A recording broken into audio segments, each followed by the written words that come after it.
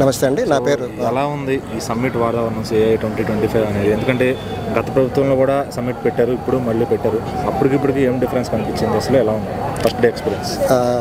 ముఖ్యంగా నా పేరు తాతాజీ, నేను విశాఖవాసిని. ఇలాంటి సమ్మిట్ జరగడం అనేది విశాఖవాసిగా చాలా గర్వించదగ్గ విషయం. సమ్మిట్స్ మేము చూస్తున్నాం, అయితే ప్రతి ఒక్కరికి ఒక పందా ఉంటుంది ఆర్గనైజ్ చేసే విషయంలో. పని ఒకటే కానీ చేసే విధానం వేరుగా ఉంటుంది. ఆ విధానాన్ని అయితే కనుక ఈ ప్రభుత్వంలో మేము కొట్టొచ్చినట్టుగా కనిపిస్తుంటుంది. అంటే ఆ కలుపుకుపోయే స్వభావం కానీ, ప్యాషనేటెడ్గా నా రాష్ట్రానికి కానీ ఒక అనుకున్న ప్రదేశాన్ని అభివృద్ధి పరచాలని కానీ ఆ తపన అనేది మాకు ఎప్పుడు ఈ నాయకత్వంలో కనిపిస్తుంటుంది. ఆల్రెడీ అతను తనకున్న ఎక్స్పీరియన్స్తో ఒక రాష్ట్రాన్ని అభివృద్ధి చేసి ఉంచారు, ఒక ఐకానిక్ రాష్ట్రంగా.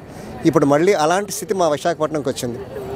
భగవంతుడు మేలు చేసి ఆయన ఆయుష్, ఆయన పవరు ఉంటే కనుక మళ్ళీ Visakhapatnam sun rise of the India అన్నారు, కానీ it is the rising city in the world అవుతుందని మా నమ్మకం.